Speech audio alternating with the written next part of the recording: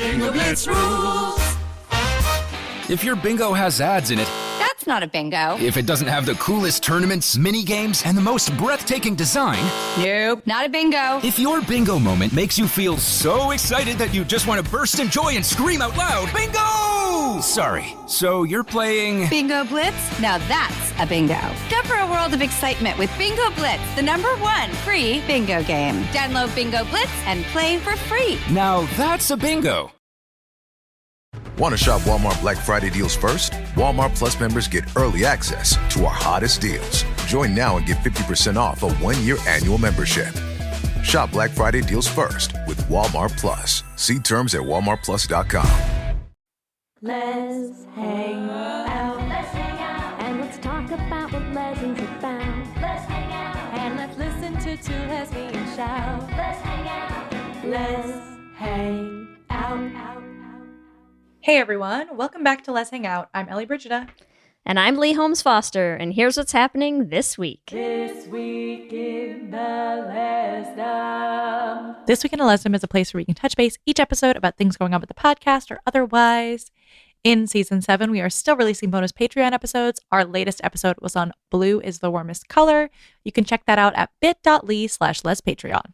Also, we want to remind everyone that we are going to be taking our next trip in May. So if you saw all the posts about how much fun we had in Croatia and you are like, oh my God, I want to go on a trip, here is your next opportunity. Ellie and I are going to be taking another group down to Costa Rica in May. We are going to be having an absolute blast. We're doing hot springs. We're doing a live show. We're doing a trivia night. It's going to be amazing. Don't want to miss it. And there are still spots available. If you go to bit.ly/lesdo Costa Rica, you can get your tickets now. In the Greater Les universe, I know we talked about Living for the Dead before. It's Kristen Stewart's new ghost hunting show, but I actually watched it, so I wanted to let you all know that I started watching it. I'm so curious. It's actually really good. The cast is, the cast is fucking awesome. Like, Great. personalities on point. I did get a little freaked out because it is like very spooky. It's sort of interesting because like they're trying to make it like we're helping the living by like doing this ghost hunting thing and like helping them sort out their traumas. And like that part of it, I'm a little bit like, it like feels like you're forcing it a little, but I love the cast. Like I love the 5 people that they chose. The ghost hunting part of it is interesting. But yeah, I had nightmares for a little bit just because like these are real ghosts. And I'm like, oh God, haunted things exist. But I did love it. I was living for Living for the Dead. So worth watching. Also in the Greater Les universe, some of you may have seen either on social or if you're into swimming, Pan Am Games happened recently, and Erica Sullivan debuted her new Speedo lesbian pride flag goggles, which like Ellie and I were just looking at some of the photos, and I'm not even a swimmer, and I'm like, I could start swimming. I could swim. Honestly, just wear the goggles out in public. Just wear them. I'm gonna make goggles happen. Just like goggles on the forehead as a new look. Can you imagine? It's like so Regina George. Like this is like the new lesbian trend. And if anyone would debut a fashion trend, Ellie, I'm pretty sure it would be you. Me. Yeah. Me from my couch making a new thing happen. So lesbian pride flag goggles, that's what's in this season. Everyone get on it, okay? Also, a few episodes ago, we were potentially going to talk about the NHL banning pride tape. And we were like, no, it's too depressing. We don't want to talk about this bullshit. And today we're talking about it because they reversed it. So eat that, NHL. We didn't even talk. The gays down. We didn't even talk about you banning it because we knew this would happen. It's also so funny that it's like when you look up the headlines for it, there are so many headlines that are like, oh, after a player defied the ban, the NHL lifted their ban today. And you're like, that is the weakest conviction yeah, like literally one ever. Like they were like you can't use pride tape, and then one guy was like, I will, and they were like, never mind, it's fine. Yeah, like no worries, honey. It's so ridiculous. I just think that's so funny.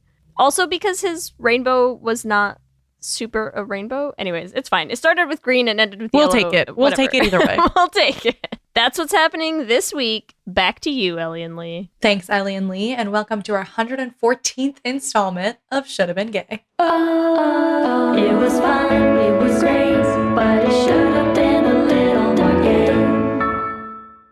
And in this week's episode, grab your nearest ice pack and cuddle up to it because we are diving in to some vampiric good times. Don't you just love a cold snuggle? Who doesn't, man? I just Your love hands being cold as frozen. Sexy. Hot, but also cold. Hot in that icy way, you know, like icy hot. Icy hot. That's what Yeah, it is. Icy hot. Yeah. We are going to be diving into Twilight today, and we are extremely excited to be joined by a special guest. We have K-Ming Chang, who is an amateur birder, a vampire ethnographer, and the author of Bestiary, Gods of Want, and Organ Meats. K-Ming, thanks for being here. Thank you for having me. I'm so excited. We are so excited, first of all, about the topic, but also you're the perfect guest for this episode. What is a vampire ethnographer? What does that mean? Oh, thank you. Yes, I'm very proud. That's my Instagram bio. Love it. I love vampires. I've had kind of a lifelong obsession with vampires and also vampires across all genres, many forms of vampire in different kinds of media. So I like to consider myself kind of attempting a field study on vampires, culture crossing, world crossing, exploration of vampires. Dracula to Count Chocula, like everything. Yeah, amazing. Yeah, exactly. Someone needs to make one of those quadrant charts for vampires and just have a different vampire on all four. And the spectrum of like sexiness, comedic. Yeah, that's what I was going to ask immediately. Is like, what would you have your quadrants be? Like, For you, who are the four most diverse vampires. well, would you do four vampires, or do you do like qualities of vampiric? It's true, like Yes. sexiness, sparkliness. Yeah, like danger. Yeah, exactly. Peril. That's a good Yes. question. I don't know. It's so difficult. Murderous intent. You know, like what do you?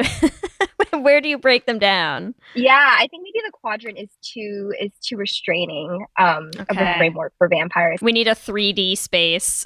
Yeah, exactly. It needs to like enter another dimension because Okay. there are too many versions of the vampire. What's one of your what are your top 3 favorite vampires in media? Wow, that's so on the spot. I know. This is so difficult because I also think my bracket is constantly changing. Actually, right now there's a bracket happening. I think it's on Rotten Tomatoes or something like that, but there's like a vampire bracket happening. And every single day I tell myself, oh, I'm just going to go on this website and I'm just going to vote for my silly little vampires. It's going to be great. And I go into like a full existential spiral every single time I see this bracket because it's impossible to decide. And I'm like, you cannot pit these vampires against one another. Like there's something so deep. I'm like, no, there's no bracket. There's just like a throne room of vampires. But yeah, I think my top 3, the number 1, well, speaking of gay vampires, Carmilla, kind of the OG pre-Dracula yes. lesbian vampire. That was like a revelation to read. And I think about Carmilla all the time. I think of her. I dream of her. Is she your All the Roman time. Empire? Yes, exactly. She is my Roman Empire. There you go. It's my once a day, my mind has to just like enter, the world of Carmilla and Laura, the human that she kind of haunts and feeds on. And then second, I mean, Edward Cullen has to be up there. I actually think that was probably my entrance into the world of vampires was Twilight, as it is, I'm sure, for many people. The third might have to be a couple. Because I love Interview with the Vampire, the show and the books very, very much. And as a kid, I read them out of order, which was deeply confusing, but it was like a pleasant form of confusion. It was a very exciting form of confusion. And so it'd probably be Louis and Lestat, who are kind of like the central backbone of the series. Okay, but come on, that Kirsten Dunst killed that role, though. I mean, That's true. Come on. Claudia has a special place in my heart, but fucking crazy. Yeah. But she killed it. Yeah, she's like she's a 5-year-old vampire, which in itself is, I feel like it takes some time to kind of like wrap my mind around that. I have a whole new appreciation for that idea having a 5-year-old right now. And I'm just like, yes, they are feral creatures of the night. This actually makes a lot of sense. Why she's like that. Yeah, she's a literal feral child. And there's like an inherent tragedy to her existence because she can never age. And usually that's like the appeal of being a vampire. That's part of the seduction. It's like you'll be eternal, you'll be hot and young forever. Yes. But I think for Claudia, it's incredibly tragic and really painful. But I guess I would have to choose Louis and Lestat just because I think there's such an inherent romance to the vampire. It's such a romantic figure. So I love the idea of most vampire stories are kind of bound to like this eternal love story that's usually very tortured, very angsty. It's basically a situationship, usually of some kind, but immortal and eternal, which is where the agony and the existential crisis comes from, and that I love. Yeah. Ellie, who would you pick as your top vampire? I'm not going to put you on the spot and make you pick 3 also because we'll be here all night. But who would you add as my number one? Who would I add to number the one list? Who would you add to the list? We're going to make a top 5 between the 3 of us. Hands down, Spike. Buffy. Come on. Okay, really? Because I was gonna add Drusilla, and I can't believe you went Spike over Drusilla. Who picks Spike over Drusilla? Crazy talk. Who are you? I have to admit something that would get my vampire ethnographer license revoked, which is the one gaping hole in my vampire ethnographic knowledge is Buffy. You've never watched Buffy? I've never seen it. I will though, because I have so many friends who are absolutely obsessed and who have writing prompts. Okay, I will. You know what the sad thing is though? It's like it's not the same watching it now as it was when it is. There are things about it that are a product of its time. Yes and no, but I think I watched it. I had never seen it in its time, and I watched it like a few years ago for the first time. And you've never seen it? No. Oh, God. So I think you can still watch it and enjoy it. Oh, you should. Absolutely. Absolutely. And you can just be like, okay, like, yeah, special effects and all that kind of stuff. And some of the problematic ish. But like, okay, we have to dive into Twilight because. Okay. That's actually how I feel about Twilight, where I love it so deeply. And I love it to this day. I reread the series every once in a while, like the entire series. But there's something about it. It's almost I read now to kind of re-experience and kind of recapture and rekindle the love that I had for it when I was like an 11-year-old reading the series. Yeah. So I think I'm kind of, there's like a double gaze on the text. And I think that when I'm reading it, I'm actually reaching toward my past self and kind of reconnecting across with that time. Self. So I feel that way. Immortal like a vampire. Yes, exactly. Okay, I'm gonna segue us to Twilight with like one slight detour, which is so we covered your vampire credentials.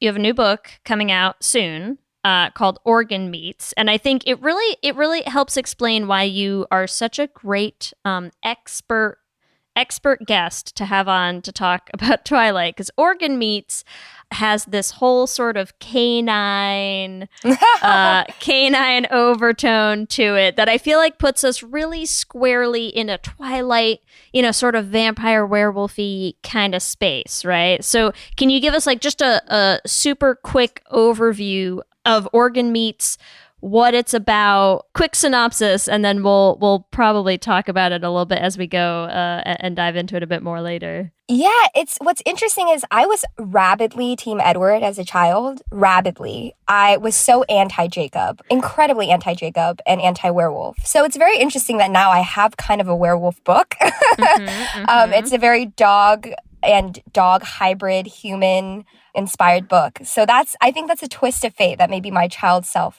was not quite anticipating. But I'm glad to be here in enemy territory with my own book. Now, you've crossed over. I have officially. Maybe the vampire book has to come next. But yeah, Organ Meats is about 2 girls, Anita and Rainey. And they decide to become dogs together. And so they have these red threads that they bind around each other's necks. That's kind of a callback to the idea of like the red thread of fate, that you're born with this thread that binds you to another soul. That bind is kind of unbreakable.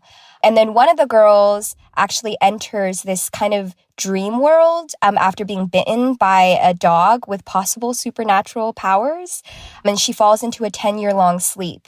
And the other girl, who they're now grown up, has to kind of return and embark on this journey back to Rainey and find a way to resurrect her, but then also has to like find new organs to build her a new body so that when she resurrects, she will have some form to cling to, because she has been in this kind of dream state for 10 years in which her corporeal form has started to rot away while her mind is still alive in a dream. So yeah, it's a book it explores a lot of ideas of like loyalty and accountability and return.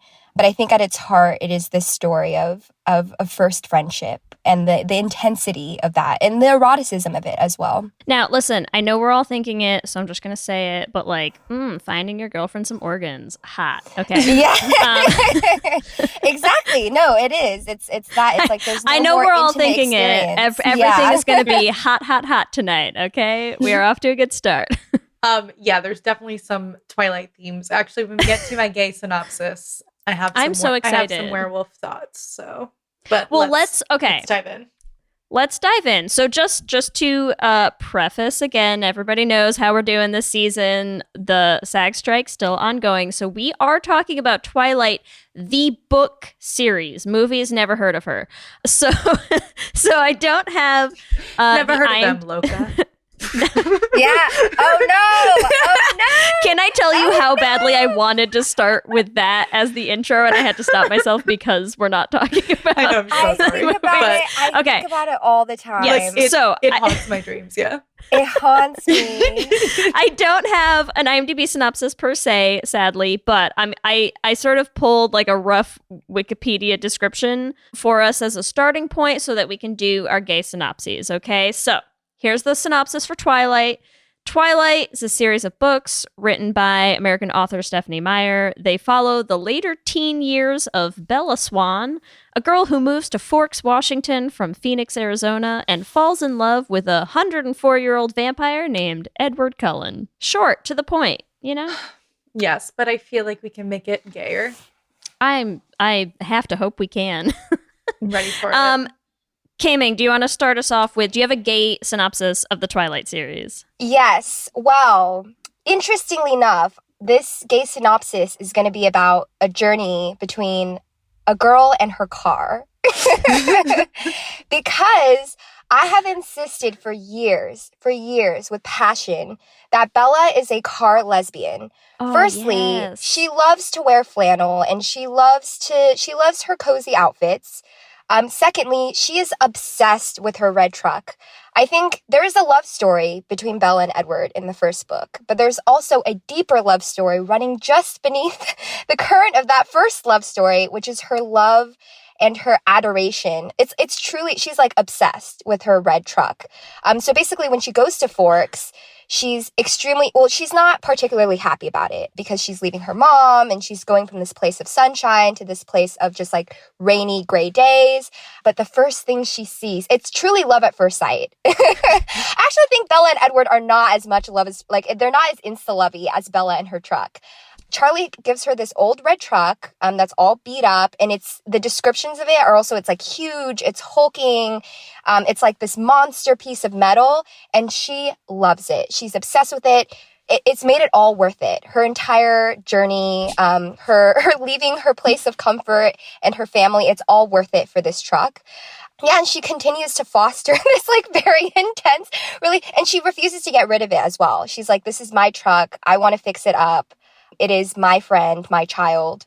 And it kind of continues. And Edward, even in the books, keeps like trying to give her an Audi and like trying to give her sports cars. Like his love language is like, would you like a sports car? Would you like me to just buy you cars? And when I was a kid reading this, because Bella was like, no, I want my red truck. My red truck is me. Like, this is my eternal companion. I was like, just let him get you the car, Bella. Just take the garage full of cars that he wants to give you. Like, he just seems so unhappy not being able to buy you a car. But now I think someone who's kind of at one point was like, oh, should I become just a lesbian mechanic in Forks, Washington? I fully understand her obsession and her love for this car and for cars in general, which is so gay. As someone who also has a love for motorsports, I'm like, Bella is there. She is ready to just enter, a Grand Prix with her big red rusty truck. I see that. so hard. I'm just gonna keep saying it. It is the gayest. It is the gayest choice of a car ever. It is. Yeah. And you It could truly argue is. that her clinging on to it is basically her clinging on to her queerness. In the same way that I feel like even if you are going to be like, oh, Bella's in love with Edward, it's the same way that like I have a lot of like queer or bi friends that are like trying to be like, yes, I'm in a hetero seeming relationship, but I want to flag to everyone around me. I am still queer, still recognize me. And Edward is like, well, why don't we transition you to a straight car? And she's like, no, I'm We still know that queer, car- even though I'm with you. That car is louder than any bandana could ever be, right? Exactly. Yeah. Yeah. Exactly. I'm here for that interpretation. Yeah. Yeah. Ellie, She's living her mechanic dream. Ellie, what's your gay synopsis for Twilight? So my gay synopsis is Bella Swan escapes her abusive old vampire boyfriend to be with everyone's favorite queer werewolf, Jacobina, and they all live happily ever after. I love that. I was just like thinking about the series and like you were like, oh yeah, I was Team Edward. I feel like I was also Team Edward. And the older I get, I'm like, Edward is wildly abusive. They both are to each other. And then Jacob makes her feel seen. Like she's happy around him/her in my interpretation. The hair itself, like Jacob could be non-binary, like somewhere on the queer gender spectrum. I just feel like she's like in this straight relationship with Edward. Then she finds out what it's really like to be in like a loving, healthy relationship with Jacob. And that's her queer awakening. And in the books, she goes back to Edward over and over and over again because she cannot escape the heteronormativity. But in my retelling, she's like by Edward. I like it. I have another potential different elopement happening, which is in the books, Alice is like really obsessed with planning Bella's wedding. Mm-hmm. And it feels very rom-com-y. I'm like, your best friend with a pixie cut is really obsessed with planning your Don't wedding forget the pixie cut. to her brother. Yeah. Exactly. Mm-hmm. Don't forget the hair. And I think Alice also kind of like, she's like not fully femme. Like she's on the Futch spectrum, I feel. And she just loves, she's like, Bella, I want to dress you up. I want to buy you clothes. I want to see you just transform. And I want you to be beautiful on your wedding day. And I want to plan every single detail of your wedding.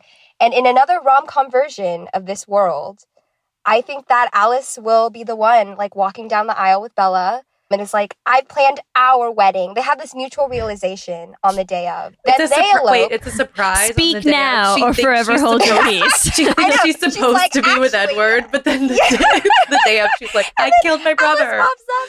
I know. And they were like best friends from the very beginning. They also had an insta-love situation where I think Bella, with the various vampires, she's had various kind of first encounters, some not so great, some like I'm about to get eaten. But with Alice, it's always been this immediate like kinship. And Alice can see the future, so maybe she sees the queer future. Alice And- playing the long game, right? She Exactly. knows. Exactly. She's like, oh, I know the entire plot line.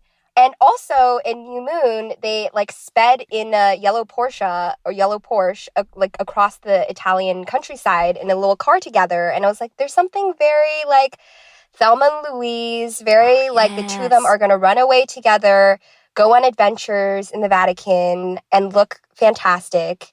And also the cars will always be there because Bella loves cars. Which, which Always is the comes tattoo back I to the want. car lesbian. Yeah. Leigh, did you have was your gay synopsis Alice oriented? It's not.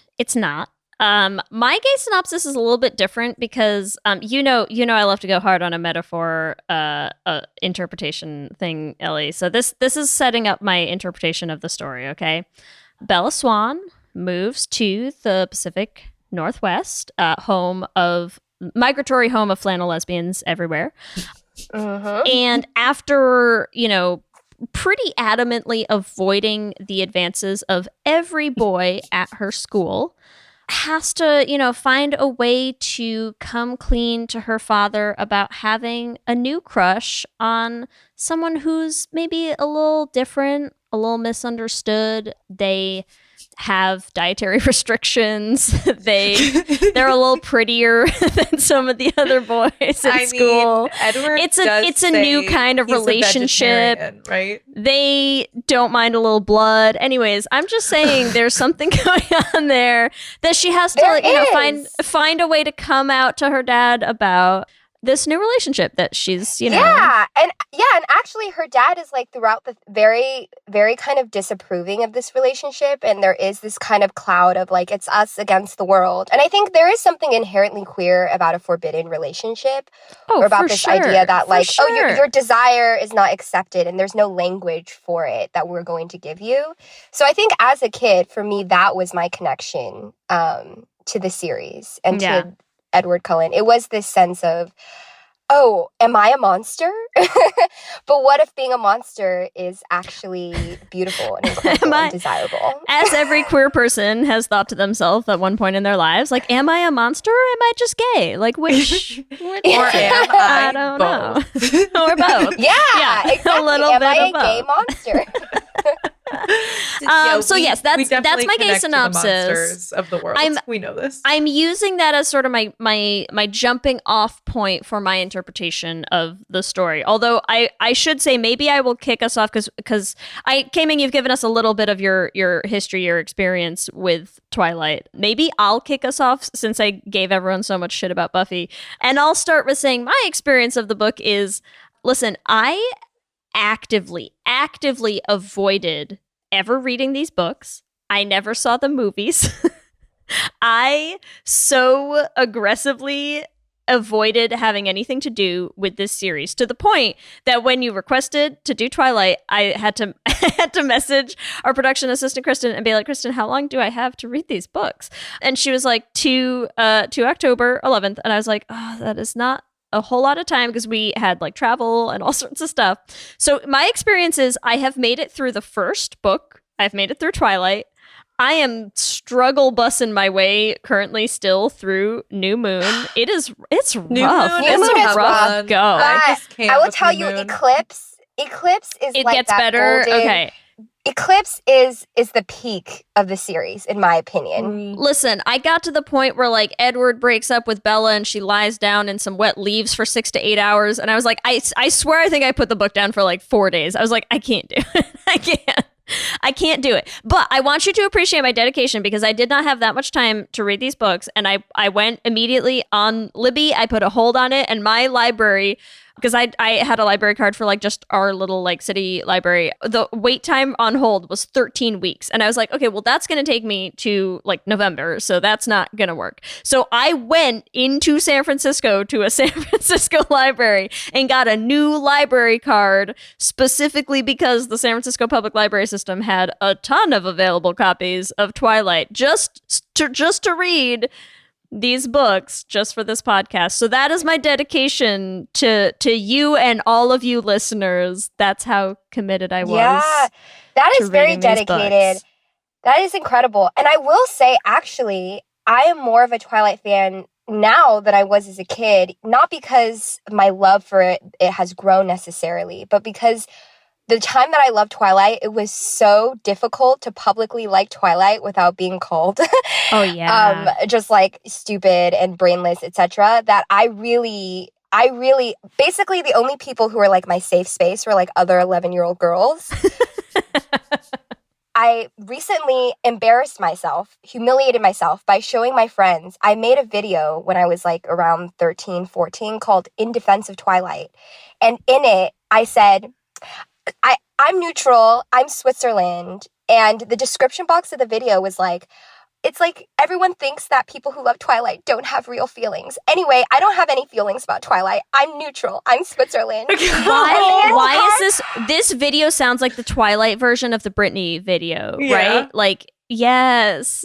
Please, oh my God, I need Release it. Did you still have it? Is it still up? Can we find it? I do. Okay, unfortunately, I put it in a private link because it's kind of too humiliating to show people.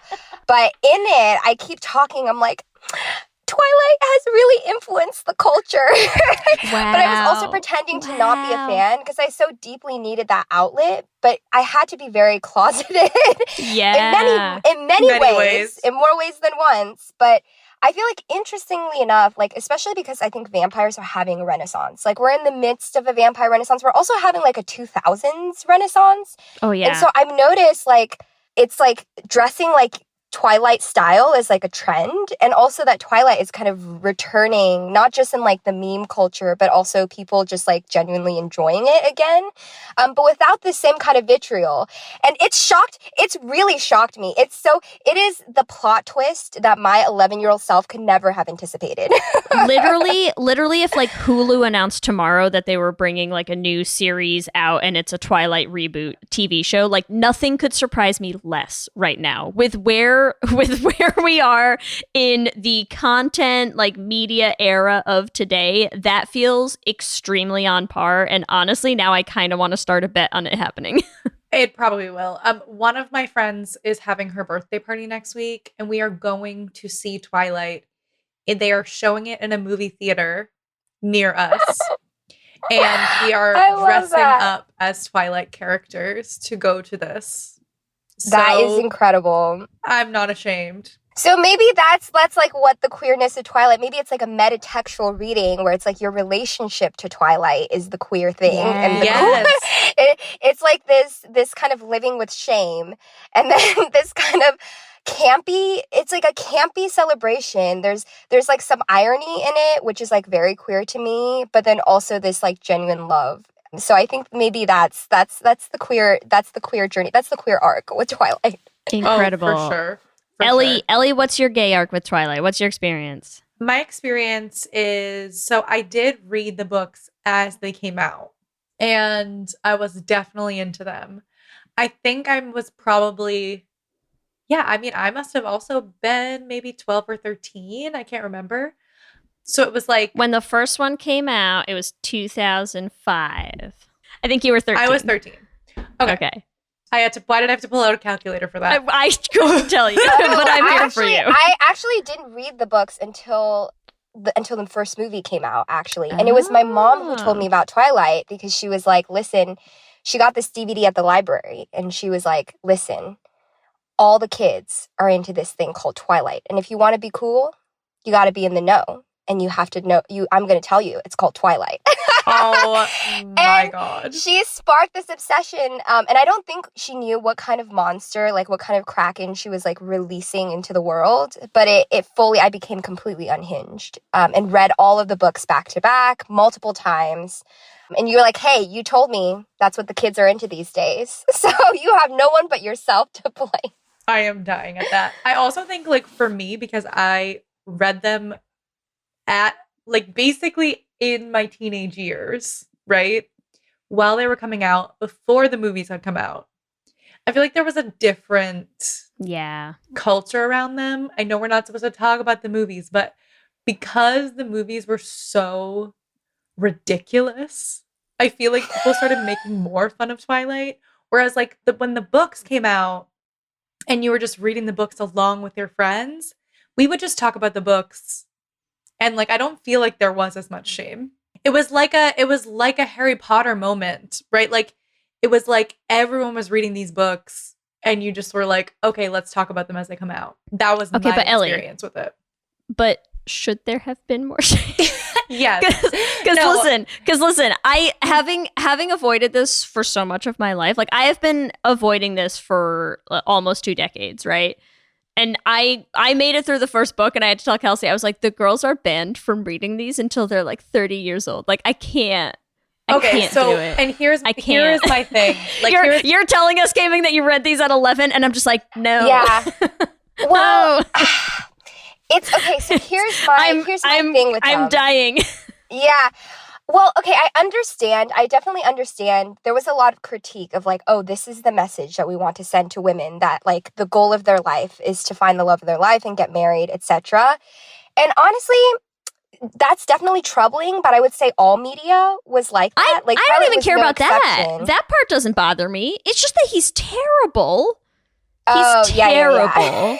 And also, I have like strong... in defense of Twilight. In defense of Twilight. No, listen, we'll do this. Say. Okay, say it.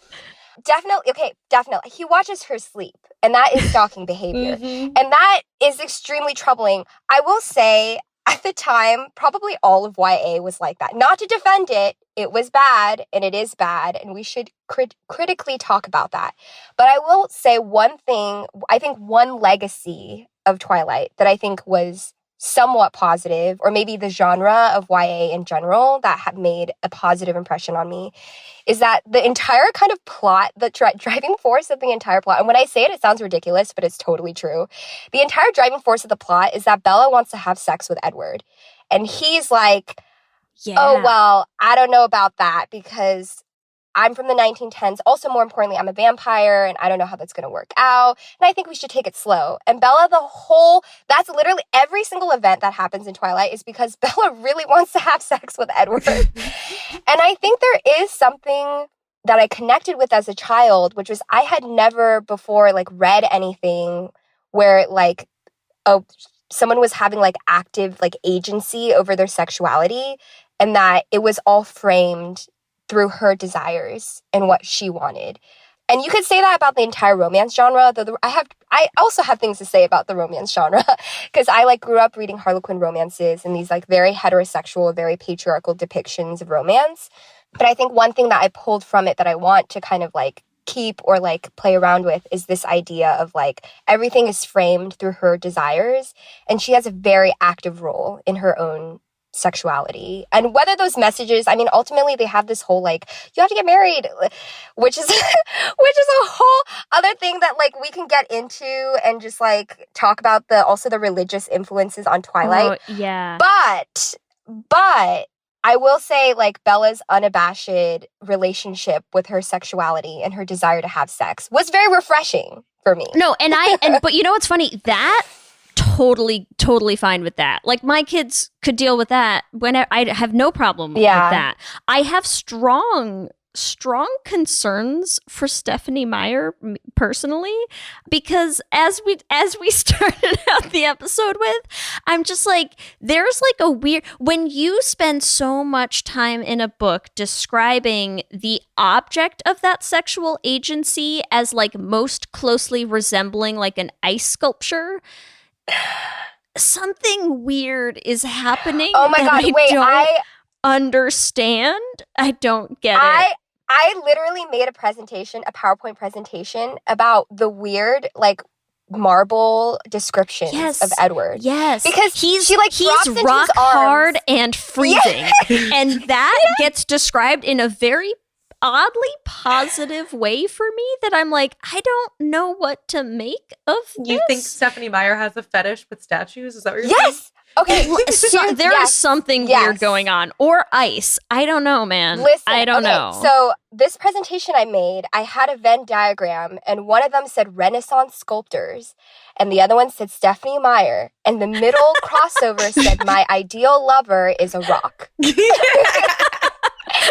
There's something about Michelangelo, Michelangelo homoerotically creating the statue of David, and Stephenie Meyer crafting Edward Cullen out of marble. There's something about the eroticism of stone and sculpting that I find really fascinating, and it just feels so 14th century Italy to me. Yeah, no, it's where's weird. this projected eroticism onto this material? And there's also descriptions where she drops into his arms because he has to catch her a new moon when she comes through a tunnel or something, or a pothole, and she was oh yeah, in his arms it was dropping into a marble.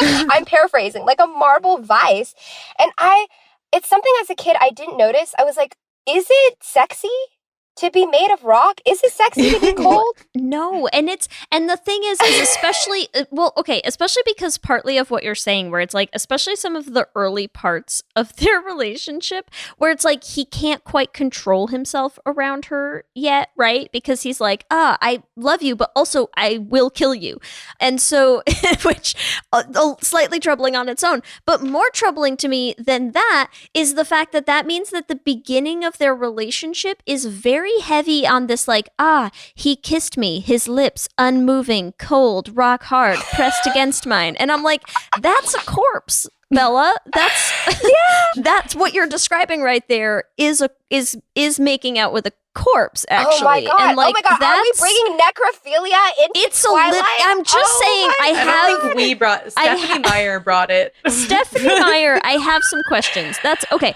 That's not the point. But I don't want to get hung up on this because we got to get into more of the gayness. I enjoy. I can make I can make it work for me through the lens of my metaphor. And you know we love a metaphor, Ellie, of your toxic first girlfriend. And that's how I see Edward in my interpretation of the story, is like, I love having a story where it's like, this is where I can make the sexual agency work for me, right? And I'm like, yeah, you're attracted to someone that's not the norm. That's not what everyone expects of you. That's not the other boys at school. Like, it's not what your dad would want for you, and it's different. But also, they suck, and you need to channel. Literally, they suck. Hey. You need to channel that into better choices, Bella. Better choices. I mean, I also think if you want to talk about the first, like, this is like the intensity with which Bella is obsessed with Edward is It's very a lot. first queer relationship obsession. Like, it really is like New Moon is difficult to get through because you're like, oh my gosh, like, this girl really can't get over it. Like, as an adult, when you're reading it, you're like, holy shit. But as a teenager reading it, you're like, I get it. Your life is over. I totally understand, Bella. There's like an intense, and this is maybe like common of the vampire genre in general, but like this thread of yearning, like very, very, very intense yearning. I think it is this like common spine in the genre. There's this kind of perpetual inability to consummate. Well, I guess in Twilight, it's very literal. It's a very literal form of consummation, but like also a metaphorical form of consummation that I think the vampire genre encapsulates in a really beautiful way that I think that is very queer. The yearning, yeah. This episode is sponsored by BetterHelp. And as we head into Thanksgiving time, I want to start by thanking my wife, Kelsey, who has not only listened to just about every episode of this podcast for 8 seasons now, but who also is the only reason I'm able to make time to record it every week. She takes the kids, gets them dinner, and gets them ready for bed, just so that Ellie and I can come on and yell about gay things into each other's faces for an hour. So here's a reminder to send some thanks to the people you're grateful for in your life, including yourself. I've been in therapy for a long time now, and one thing that's so important about therapy is how it teaches you to be more intentional. And being intentional about gratitude and how to show that to the people you appreciate is just one of the many benefits that I've gotten from therapy over the years. If you've been thinking of starting therapy, consider giving BetterHelp a try. I know how hard it can be to find time for regular therapy, and BetterHelp is designed to be flexible and convenient for your schedule. You can fill out a brief questionnaire to get matched with a licensed therapist, and you can switch therapists at any time for no additional charge. If you want to start being more intentional about gratitude in your life, visit betterhelp.com/leshangout today to get 10% off your first month. That's BetterHelp, HELP.com/leshangout. Let's hang out. You chose to hit play on this podcast today. Smart choice. Progressive loves to help people make smart choices. That's why they offer a tool called Auto Quote Explorer that allows you to compare your Progressive car insurance quote with rates from other companies. So you save time on the research and can enjoy savings when you choose the best rate for you. Give it a try after this episode at progressive.com. Progressive Casualty Insurance Company and Affiliates. Not available in all states or situations. Prices vary based on how you buy.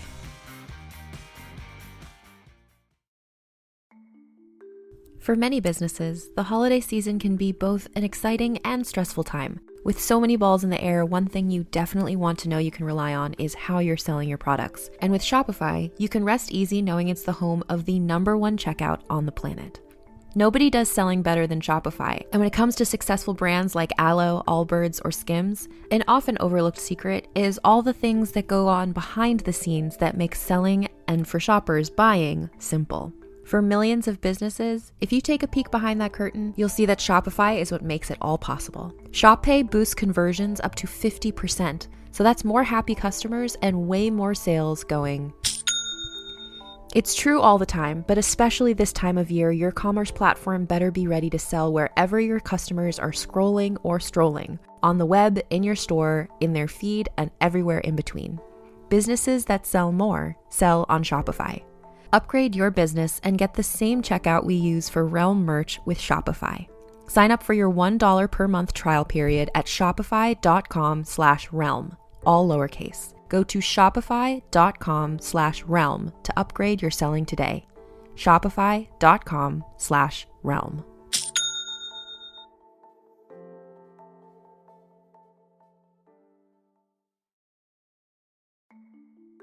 For many businesses, the holiday season can be both an exciting and stressful time. With so many balls in the air, one thing you definitely want to know you can rely on is how you're selling your products. And with Shopify, you can rest easy knowing it's the home of the #1 checkout on the planet. Nobody does selling better than Shopify. And when it comes to successful brands like Aloe, Allbirds, or Skims, an often overlooked secret is all the things that go on behind the scenes that make selling, and for shoppers, buying, simple.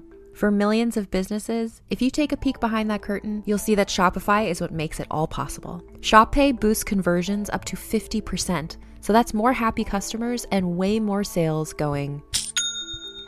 It's true all the time, but especially this time of year, your commerce platform better be ready to sell wherever your customers are scrolling or strolling, on the web, in your store, in their feed, and everywhere in between. Businesses that sell more sell on Shopify.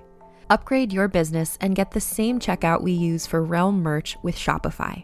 Sign up for your $1 per month trial period at shopify.com/realm, all lowercase. Go to shopify.com/realm to upgrade your selling today.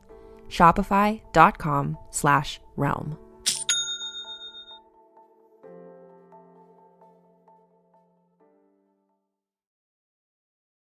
Oh, yeah. And then, Oh, I yeah. mean, talking about Jacob too, the yearning is like you have this first gay relationship and then your best friend who's like always there for you and you know they're attracted to you. Like this is also like Gay. This is Shit's so gay, gay. right? Where she's just like, but you're my best friend and I love you so much. I just don't love you like that because I'm still hung up on my hot toxic ex-girlfriend. Toxic ex. Am Right? I Mechanic Futch for Mechanic Futch? I don't know. Like it's hard to Exactly. say really Exactly. what They like what my That's type true. is. They're both- they are both My motorcycles type- together. My type know, has they been do. toxic mask and now I'm confused, right? Like what do I do? Your hair's so long. I don't know. Yeah, Bella learning to ride a motorcycle as her form of healing, also extremely queer. I'm like, Oh, you're ready yes. to kind of join a lesbian biker gang and ride off into that Yes. fantasy. Yeah. My problem with Jacob upon reread, I think before it was just like an irrational loyalty to the vampire. And I'm like, okay, Jacob, let's open up. Like, let's get vulnerable with Jacob. I totally agree. Like, I do think that there is a queer romance happening there somewhere. But I also think one thing that like troubled me about Jacob and why it's so hard for me to be Team Jacob is like Bella is that I think that in the books, and I think it's different in the movies. I think in the movies, he's like a little bit less wily in a certain way.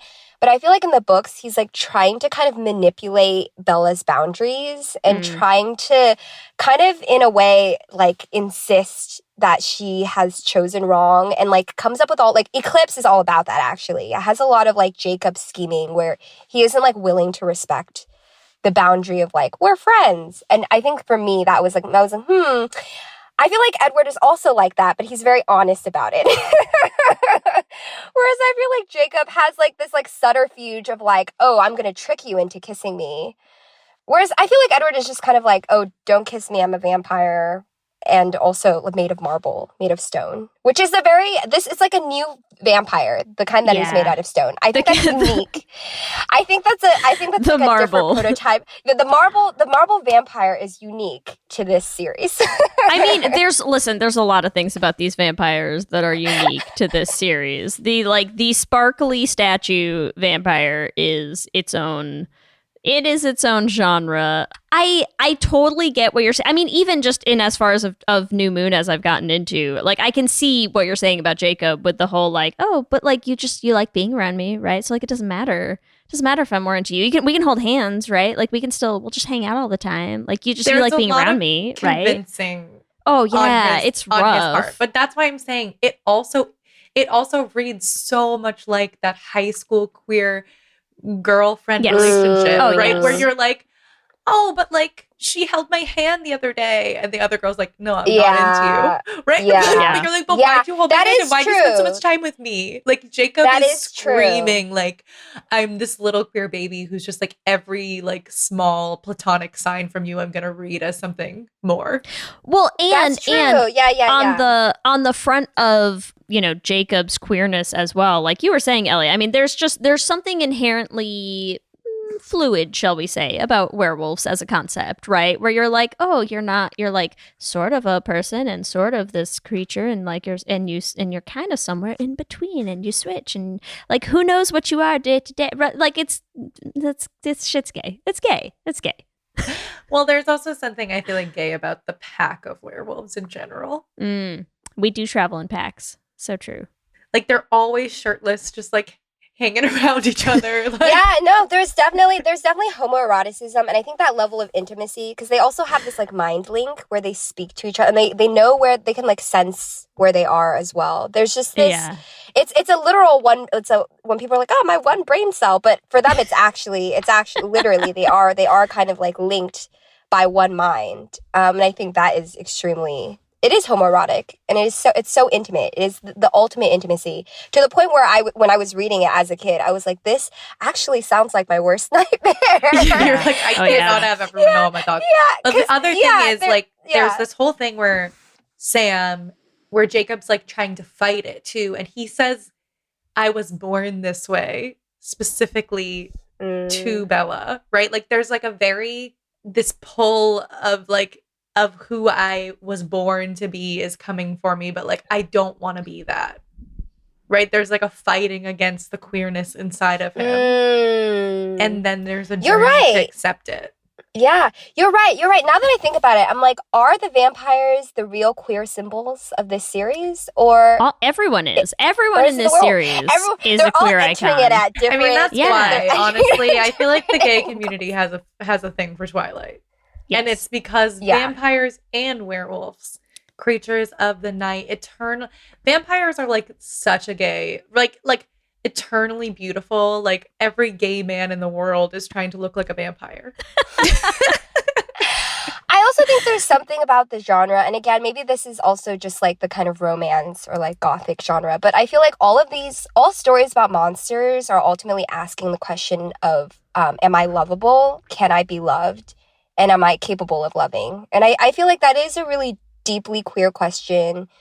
And it really prioritizes that in a way. Like there's a kind of like centering of emotions that I think was what I connected with as a kid. Where it's like, yes, I also want to go like on adventures with swords and like battle evil. But the evil is inside myself.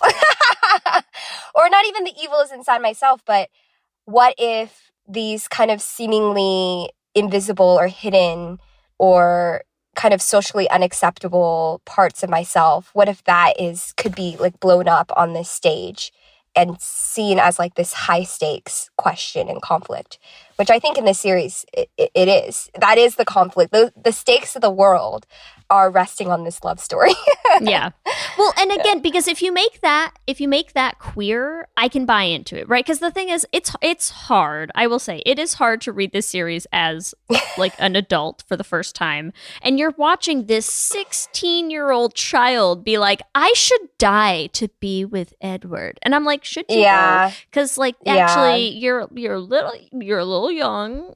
And I don't know that he's worth it. He's pretty awful to you. Like, you're kind of like, should I throw my life away for this guy whose main topic of conversation with me seems to be that, like, I can't walk down a sidewalk without dying without him there to save me. I'm like, is that really the... You know, I'm like, it's hard to read it that way. But when you read it, if I transport myself through my queer lens of my narrative in this book to be like, are you able to make a decision to love how you want to love and to be able to tell your family and friends of that love and find acceptance? Like, I can start to get behind some of this a little bit more. Yeah, but I have to put it in that yeah. lens because otherwise I can't do it. I can't. Yeah. I honestly think if I had not been such a huge like twihard in my No, youth, you're in my long Switzerland. ago You're youth. neutral. Oh, right. If I hadn't been Switzerland neutral, and had no yes. side, yeah. I do think my relationship to it would be really different. And again, I feel like it's almost this like cobbled together mythology, or like this kind of patchwork obsession, or like it's almost because I'm someone who's, as a writer, who's very interested in kind of like our origin stories and the myths that we create, the queer mythologies that we create for ourselves, and the queer ancestries that we cobble together and make for our own. And I think Twilight, for me, it's almost that process, that kind of patchwork process of like mining for pieces of myself and mining for like glimmers of what I love, or what I feel like I can bring with me, rather than I feel like I'll never be able to recapture that 11-year-old, like deeply intense, fully immersed obsession with the story. And I don't even necessarily want to be that person anymore, because I think I'm like, oh, she was going through it. She was at a different phase of life and she's got a lot to work through. But I think there is something really, really, really fun, I will say. I don't know if it's profound necessarily or like that meaningful, but it is fun. Think of it as like this landscape of my mythology that I'm just like kind of plucking through and sorting through. I love that so much, especially because I feel like that's what this series is to us. I think like this should have been gay series in a general sense, right? Because it's like really what we're doing is we are taking sort of just, I mean, we always say like there is no end to how many should have been gays we can do, because the reality for queer people is that we have all grown up in a heteronormative, heterocentric media space. And what we have done for ourselves is exactly what you just said, right? Like you look in the hetero narratives that have been given to us and we find ourselves over and over and over again, no matter what, because you can't stop us, because that's our only choice. That's the only option we've had for so long now, you know? And so it's like, I love doing this series, especially with stuff like this, where people are like, oh my God, like this series that I was totally neutral on was my whole life, you know? And it's like, but because that's what you were doing. You're like, but here's the places that I found for me in there, you know? And it's like, and it's just so cool and fun, and it's endless. It's endless, the places that we have managed to insert ourselves into the narrative, because we can. Because we can. Like, exactly. I really feel strongly that we must talk about Alice, because we've been talking about Jacob and Edward. And I know that a lot of people listening are team Alice. So let's dive in. Isn't there like an entire rewrite of the book that's basically Alice and Bella? Like there's an intense fanfic. Oh, Leigh? Well, I would love to read that. That sounds fantastic. I would love to read that. I had no idea. I will say also, someone we don't queer often enough is Rosalie. Because Rosalie's entire backstory is that she murdered her husband in her wedding gown, and there's nothing queerer than that. Listen, I haven't even gotten there, but I did read the you know, sort of like plot breakdowns of the other books, and Rosalie's story, like, yeah, just the whole like, wow, I was mistreated by men and then I straight up murdered all of them horribly. I was like, in a wedding gown. Yes, it's queen. So camp. Like, it's so camp. It's so campy. It's so over the top. It's just extra. I mean, again, listen, in this way that we love to project ourselves onto monsters, I was here for it. I was like, yes. Yes, vengeance. Vengeance is very queer. So gay. Especially vengeance against men, let's be real. Like, exactly. She ate them. It was wonderful. I also feel like if you want to talk about Rosalie, I feel like she's the one who's like the most against Bella as well, right? And I feel like there's like this kernel of it's something in there that I feel like she's more concerned about being outed in general, right? So I feel like that's a deep-seated, like from when she literally was a closeted lesbian before she killed all those men, where she's so like protective of her safety. Yeah, Rosalie is kind of the only one who always makes sense. Like, the more that you read the books, the more that you're like, wow, Rosalie is speaking the truth. And she's actually, like, the voice of reason in all of the books. And you're right, there is something about her awareness, I think, of danger and peril. And knowing how precious the kind of sanctuary that she's made for herself. And also the Cullens in general are kind of like all chosen family, which is another, I think, very queer thing. Yeah, and they're also all dating each other, which you could say that's also very queer. Yeah, they're like I love that. We found each other, and then we're like, we should probably date, right? Okay, but listen, just to throw a wrench in this whole thing, in my reading of gay metaphor Twilight, is Rosalie the one who's like, but you know, actually, like, if I could have been straight, I would have stayed straight. Like, I don't know. Just to throw it out there. Just got to throw it out there. Oh, you're saying because she's basically like...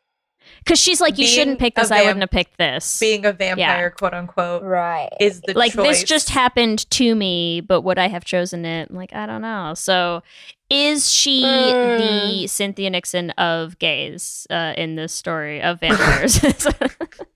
Is what I'm saying. Oh, that's a really fascinating question. No, I guess that's a bad analogy, because Cynthia Nixon basically just said she did choose to be gay, right? Yeah, I take it back, Cynthia. Good. I take it back. Okay. Yeah. I think Rosalie, interestingly, because she also then becomes like very maternal towards Renesmee, and she's kind of very obsessed. She loves the idea of having a child, and I think that's part of where her desire for humanity comes from, is like kind of like fulfilling. Because when she was a human, what was sold to her was this fantasy of a perfect marriage and a perfect nuclear family, and that ended up, heterosexuality became the monster that killed her and destroyed her. So I feel like she's kind of the metaphor of like, yes, we're all queer, but do we all come out unscathed? Or were we also all kind of irreparably harmed by the Stop, I just got chills. Structures that are constantly clawing their way back to us? And will we always have to constantly wrestle with a kind of grief or aloneness or sense of pain because of it? Like, is it ever possible? Because I've been thinking a lot about this in my writing as well, which is I'm like, I feel like what is so queer is when celebration is also grief, when there's a sense of delight, but there's also like a sense of mourning. And I feel like that messiness. Yeah, those blurred boundaries between every time we celebrate, there's also grief, there's also anger. And I think Rosalie is like the epitome of that, where she will always carry, I think, some kernel of grief. K-Ming, we gotta have you on. We gotta have you on like every episode. This is all I love to do in Should Have Been Gays, and I love it so fucking much. I'm so happy right now. This is the best. This is the best. This is great. Dive into those metaphors. I just love to go unnecessarily deep into the like, what is the meaning here? And I'm like, but wouldn't it be cool if Alice and Bella hooked up? But also, they're both valid responses, Ellie. We're both right. We're all correct here. You know, you gotta have all sides of the argument. Exactly. Like, have we all been harmed by the patriarchy? Yeah. Are we all haunted? Are we all haunted by the patriarchy? Well, I mean, okay, also, wait. yes. So tell us a little bit while we're unnecessarily diving deep on this. Tell us real quick. You're talking about this whole, you know, these sort of like queer anthologies and things that we build for ourselves out of our stories. What does Organ Meats bring to the table on that front? What does it add? That's what I want to know. Oh, well, actually, maybe connected to our talk of Alice and Bella, I think it came out of this desire to like enshrine friendships between girls and women, because in the Twilight series, or in kind of all the books that I read growing up, a friendship with another girl was always just a way of kind of like midwifing the main kind of romance and plot along. Mm-hmm. And there's also this narrative of like, oh, eventually you'll have to sacrifice your friendships because, you know, once you become a wife or a mother, etc., like there's this natural reprioritizing of relationships, and friendships are just not important because they're not a part of the nuclear family, etc., etc. And therefore, those relationships kind of have to become mulch for your life. I didn't want that to be true. Like, I think I was at a point in my life where I'm like, is that true? Is that really possible? And I was kind of looking around at my life and realizing it's like, no, I kind of want to write a counter narrative to that. And so I guess in some ways, oh my God, am I writing Bella and Alice fan fiction? Because I think it is the we question all of eventually like, yeah, like what if the girlhood friendship, it is the most important and central relationship and long-lasting relationship of someone's life, whether or not it becomes romantic or not. And what would it mean to really kind of like disrupt the way that we tend to like teach women about like the hierarchy of their relationships and what's important. Because I think also what's fascinating is that I was interested in a friendship where the two girls in Organ Meets, Anita and Rainey, I feel like what they bring out in each other is like an interesting kind of selfishness, and not in like a bad way, but I think that when they're together, they get to ask each other, they make space for each other to ask, what do I want? Whereas I think when they're in relationships of like, oh, I am a daughter, I am in this familial relationship, etc., it's always, how can I serve others? You know, like how, and they kind of grew up in this environment of like, of seeing women in those positions of like, how can I serve you? And how can I kind of defer my own wants? And that to each other, they're kind of always carving space for what each other need and want and desire. So I think that's maybe the queerest part of what I was kind of writing about in Organ Meets, besides the like literal actual eroticism that's happening on the page. Yeah. Yeah. Besides the organs, you know. Besides the organs, They're carving besides, space, they're carving organs, like they're exactly carving bodies and carving space. Hot. Great tagline. Yeah. Great tagline. But I love that about, I think like just talking about the Alice and Bella dynamic slightly a little bit more is like when you're looking at the friends to lovers kind of pipeline. But even in New Moon, like Bella's communicating with, she's sending all these emails to Alice, right? She's like, even when Edward leaves her, she's still trying to connect with Alice. And Alice is the first person who comes when she sees her jump off the cliff. Alice is the first person there. That's why they go together to Italy. Right? Like Alice plans her birthday party. Edward didn't even plan her freaking birthday party. He's like, sorry, my sister planned this whole thing for you. What? You're her boyfriend and your sister planned her birthday party? Like, this does not compute. Yeah, and all of her her clothing too. That's where my queer party planner romance, I feel like, should come in as a rom-com, because I think there is this like interesting triangulation. It's almost like a Cyrano de Bergerac kind of thing where who truly knows her is probably Alice. But because of this like triangulation, Bella is like the Alice and Bella are just like a way to serve Bella and Edward. Well, of but course, it is like, of course, Edward doesn't know her. She's the only person whose thoughts he can't read. I mean, come on. That is true. That's true. Interesting. Obviously. Interesting.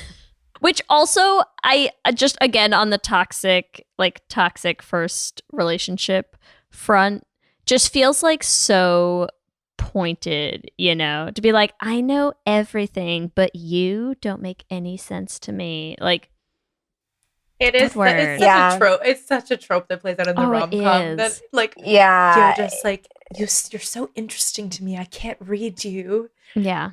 You never it's do very what you're not like other girls. Yes. And I feel like Twilight, that era was the height of the you're not like other girls thing, where it's like she reads books and she isn't into makeup. She doesn't wear makeup. She doesn't care about what she wears. And she says no to free cars. You know, it's very... She doesn't want to go to the dance. She doesn't want your exactly. Audi. Like Bella's an old soul. Like, she loves Wuthering Heights, which is funny because I became obsessed with Wuthering Heights because Bella was obsessed with Wuthering Heights. And I was like, I too am not like other girls. But I will say that I'm not like other girls. We now criticize that a lot, which I think is very, like, it's great. Like, we should criticize that because there's a lot of like internalized misogyny going on with that. But I think that there is I'm not like other girls to lesbian pipeline that we don't talk enough about. Oh yeah, 100%. Yes. Why are you not like other girls? Quote unquote. Yeah. Like, do you not care? Do you not want to wear a dress because you are just like, you're not vain like the other girls, or do you really just not want to wear a dress? Because that was me. Mm-hmm. Yeah. Do you not want to? Do you like not care about being pretty, or do you want a suit? Which one is it? Who knows? Yeah.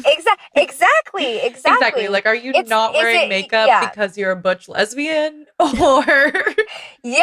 Oh my God, I'm obsessed with these. It's It's like, oh, are you doing these things because you're superior to femininity, or do you just want to refuse femininity and have a very like, and you want to, you want your right to refusal. But I feel like like there's a history of like writers basically like saying, you're not like other girls is like because other girls suck kind of thing, and you're like, no, actually these characters are queer. It's like also like the fact that like men always want to be with a lesbian, right? Like, you know, when they like super misogynistic, like, I can turn you kind of thing.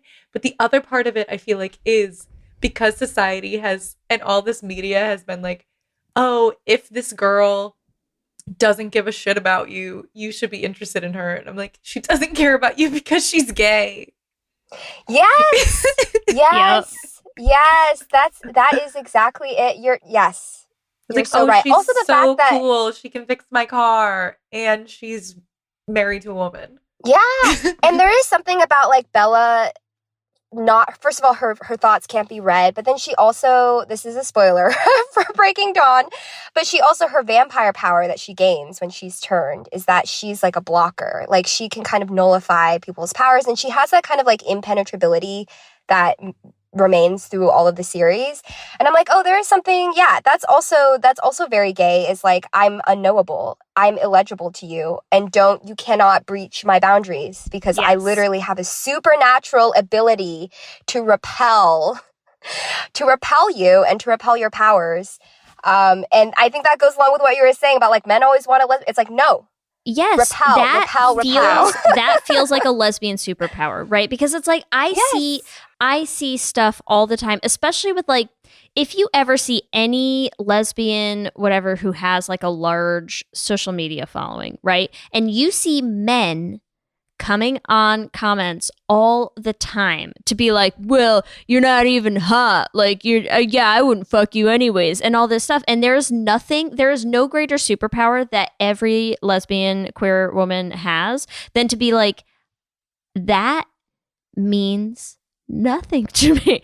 Your interest in me is irrelevant, actually, and that, my friend, is a superpower. That is our gift. That is like, we get that with the toaster, is the ability to tell men, I don't care, actually. Yeah. And that is gay. That is a gay power right there. And honestly, Bella does that from the beginning. Even before she starts to date Edward, she's like, I have no desire to talk to any of these men. Bella foisting off the boys in that school onto every available single girl around her is so queer, I can't stand it, right? Like, she's just like, what about Jessica? What about this girl? I know. She's have you considered Katie in the corner? Have you noticed this girl? Like, she is like diverting these boys' attention left and right. She's like, don't look at me, look over there. Like, it's amazing. We could talk about Twilight for 10,000 years. We're like, yes. We are merely brushing the surface here because there's only so much time in a day. God. But before we wrap up, K-Ming, is there anything else about Twilight that really just stuck out to you as super, super gay before we go to our Q and gay? I think maybe the last thing, and this is kind of also in connection to my book as well, because it's a book about dreams. But the fact that Stephenie Meyer wrote this entire series after having a dream in which Bella and Edward were lying together in a meadow, to me is extremely queer. Like, there's something about fantasy that's inherently queer to me. And I love the idea of the sheer will of creating this entire series because of a dream, because of a vision, is something I'm kind of obsessed with. So Alice, is Stephenie Meyer Alice? God, that would make me feel a lot better than her being Bella, honestly. So she's like my concerns are strong. Yeah, she spent the entire series actually being Alice to be like, let me make sure you're okay on this journey, Bella. Yeah, I'm kind of hoping that too. Okay, so K-Ming, what's your top ship? Who are the characters that you want together the most out of this? I am going to throw a bit of a wrench into it, and I'm going to say enemies to lovers, Bella and Rosalie. I love it, honestly. I'm here for it. I can see it. Leigh? Those heated arguments escalating. Okay, wait. What's the ship name, though? What do we... She's actually so angry that Edward's bringing Bella around because she's like, I saw her first. Yes, exactly. She's jealous. Exactly. She's jealous. Listen, doesn't that put a whole new spin on the, like, what is she to me? And you're like, what do you want her to be? Anyways, ship name. What do we ship? What do we call them? What do we sure Bella, Rosalie? I'm sure they definitely have one. Have like 100% they have one. Bella. But what would it be? Rosalie. Bosalie? Rellas? There's definitely, it's out there. Rosella. Oh, Rosalie. Rosella. Yeah, I don't know. I do What's like their ship Rosella. name? Wait, also I'm dying. Rosella. I'm going with Rosella. There's a fanfic called Of Bells and Roses. Oh my God, stop it. That's perfect. Bells and Roses. Bells and Roses. I don't even know what their ship name is now, but that's what it should be. Bells and Roses. Bells and Roses. Apparently their official ship name is Rosella. Oh, Rosella. right. And people are You got shipping it. them. People are definitely shipping I bet they are, Oh, man. I'm going to do such a deep dive. Amazing. Ellie, who do you ship? I still am Bella and my queer version of Jacob. Jacobina. Yeah, I mean, I don't know I don't know what a female version of the name Jacob is supposed to be. Jackie. Jackie. Yeah. That's better. I don't know why I better couldn't than think of that. Jacobina. I love we just made Jacob Jacobette. longer. Yeah. Okay, Yeah, Bella, that Jackie. makes a lot more sense. Bella and Jackie, hashtag Backy. Hashtag Ooh, Becky. I love that. They should just have that on the back of their truck or Mhm. motorcycle. Backy. Yes, and they could ride away into the sunset on double motorcycles. Yes. Okay. Does that mean that's gonna leave me to ship Bella and Alice? Because I feel like one of us has to. You right? have to. So Yeah. okay. Bella and Alice is huge. Yeah. They're basically canon at Yeah, this point. they Like are. they are one of the ships. I'm sure they have a As a ship name. fandom. What's their ship name? Bellis. Bellis. Bellis. Okay. I But totally it's- would have it's gone with palpable. Bellis, and it makes me laugh a lot more, but fine. Bellis. That's going to be mine. I have to listen, I cannot even with my queer interpretation, I can't ship her with Edward or Jacob really. So That's it. I'm going to go with Alice. Fair enough. We can all agree, though, that Twilight should have been gay. Should have been gay. Oh, absolutely. All right. Here we go. We're going to go into our Q and gay. Here we go. Q and gay. Question number 1. Who should Bella have ended up with? A. Edward, B. Jacob, C. Alice, or D. Rosalie? Alice. Canonically, it should have been Alice. Fair answer. Okay, question 2. What would you rather be out of A, vampire, or B, werewolf? Vampire. Vampire forever and ever. You like a little marble, yeah. Listen, I'll be the statue. I'll be the erotically conceived statue. Hot. All right. Question number 3. What was your favorite Twilight book? A. Twilight, B. New Moon, C. Eclipse, or D. Breaking Dawn? Oh, Eclipse. What's your favorite by about it? and Why do large. you love it? What's the... Eclipse is kind of like the height of the love triangle, and I think maybe there's also something queer about that triangulation. Like there's something to be said about the Edward Jacob obsession, like enemy, but also envy that they have for each other. And I also just think there's just like a heightening of emotions, but it's also pre kind of Renesmee and like marriage. So I still got to kind of bask in the perpetual love triangle, which is like where I think I thrived as a kid reading the books. Yeah. Yeah, there's something far more adolescent about, because like once you get to Breaking Dawn, it's like, and the Renesmee shit is so weird. So oh yeah, we get to birth, we get to C-sections that are done by teeth. Like we. Yeah. No, thank you. No, thank you. It's a wild ride. Yeah. Okay. Question 4. What were you most into? A, the books, B, the movies, or C, neither? Writing myself into this question.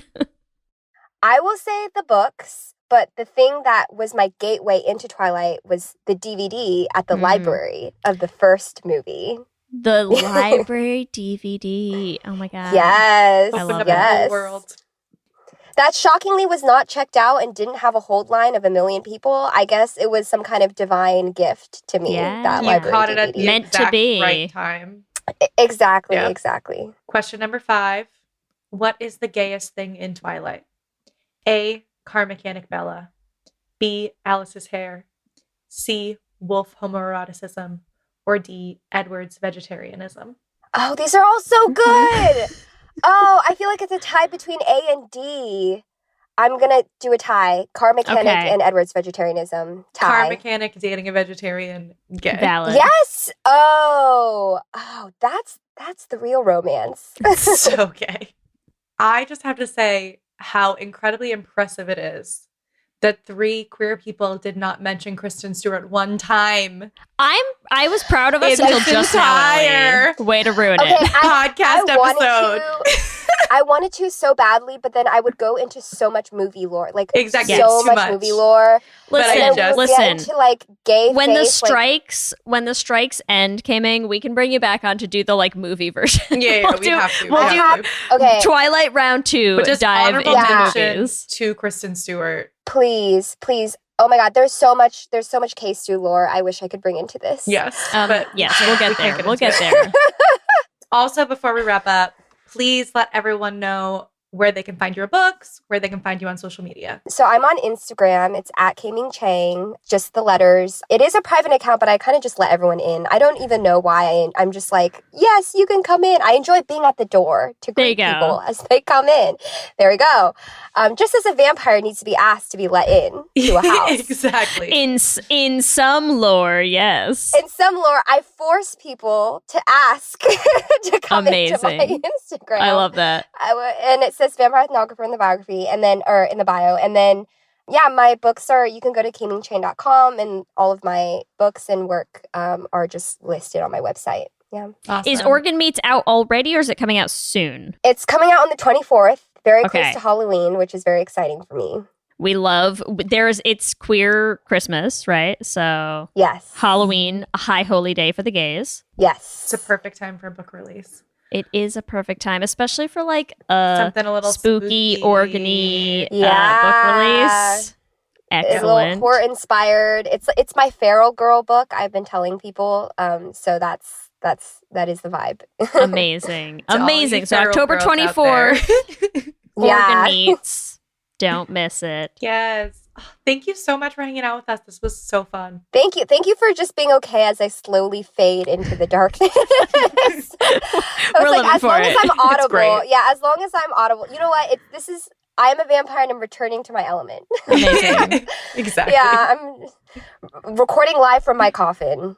That is this car, which actually is kind of very coffin-like. I'm going to say that. So You're like, it's weird. There's a lot of dirt in the bottom of my car right now. I don't know. yeah, I do feel like I'm buried 6 feet under. So Well, we thank appreciate you for joining us from your coffin.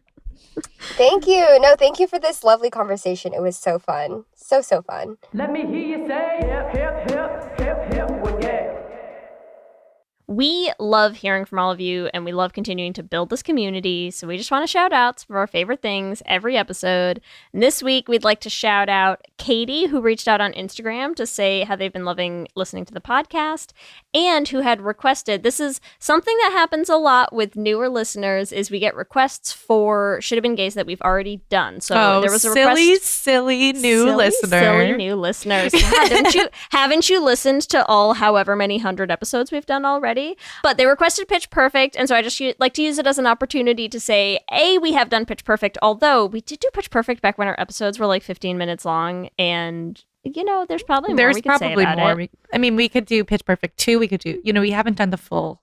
All I'm saying is if people want to, some of our earliest Should Have Been Gays when they were very, very short, and they were sort of like mini episodes on our off weeks. If people have like strong feelings that they want us to spend more time on something, please let us know. We are totally open to spending more hours talking about Pitch Perfect in our lives. Revisited, V2, but also that I just love knowing that there's people who get to like rediscover the long list of Should Have Been Gays that we have already done. So please don't worry, new listeners, like always reach out. We'll let you know, because especially if you're like looking for something, I get it. It's a long list to scroll through. So please reach out, because we will tell you if we've already covered something and where you can find it, because there are a lot of them, and we want to make sure you find share the content that you're looking for. So, Katie, so glad you're enjoying the show. Thank you for the suggestion. We're certainly counting it as like a vote in favor of doing more on Pitch Perfect. 10,000%. Also, we had a lot of love on our LP episode that came out last week. Lots of good comments. Love LP. This is the kind of story we need right now. LP's the best. Seeing LP in concert. So thank you to everyone who was commenting on our LP episode. In particular, we had Trini Gal 698 who joined our Patreon recently to let us know they love LP. They're going to see the concert November 9th in New York City, and LP helped them through a breakup. So LP just spreading the love. And also, I'm really excited for everyone to see the tour. Yeah, Leigh, you saw the show, right? I will say, having gone to the Oakland show, it's bomb. If anyone has the opportunity to catch this tour, please do. It's so worth it. Such a blast. They're such a great performer. And the show is incredible. Their opener's great. Just everything. So if you're like on the fence about getting tickets or something, check out when they're going to be in your area, and for sure consider it, because what a great concert. Just they're amazing. I can't wait. I'm going in 2 weeks. I'm excited for you. You can tell me how it is. I cannot wait. As always, we want to thank our Lesbian Jesus patrons, Mark Foster, Lizette Stye, Adi Benitez, Fiona W., and Sophia Phillips. And our King Princess patrons, Amy and Ellen. And Andrea Doucette. Thank you all so much. We could not continue to make this show and pay our independent team without all of you.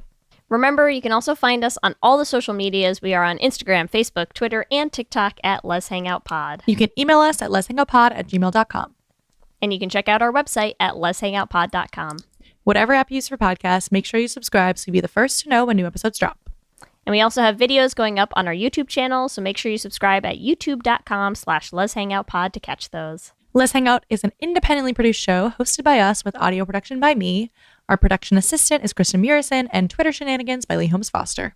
If you want to help support our little team, there are so many ways you can do that. The first is free. It's easy. You leave us a rating or a review on whatever app you use to listen to podcasts. A, we like reading the reviews, and B, it helps new people find the show.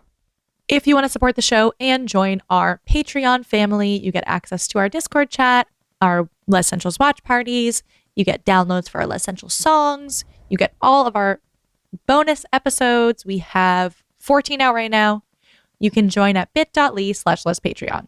If you want to get some Let's Hang Out merch, it is a great time of year to start thinking about the holidays. No spoilers, but we are going to have some new designs for the holidays going up soon that I think might be of interest for some people.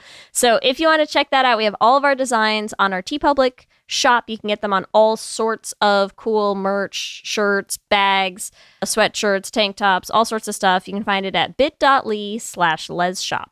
And remember, we have a queer production company making queer podcast musicals with guaranteed happy endings that you can find everywhere at $dollarbeanprod. You can also check out our website, dollarbeanproductions.com. You can listen to all the episodes of our first show, The Flame, on any podcasting app. And our next show, Journey to the Heart, will be coming out on January 22nd. So put that on your calendar. We are chugging through, finalizing the show. We are so excited to finally bring it to you. And if you want to help support us in finishing that and making more musicals, you can join our Patreon at bit.ly/$bean Patreon. If you want to follow us individually, you can follow me at Ellie Brigida on Instagram, Twitter, and TikTok. And you can find me on Instagram, Twitter, and TikTok at LSH Foster. With that, I'm Ellie. And I'm Leigh. And let's hang out again soon. Let's hang out.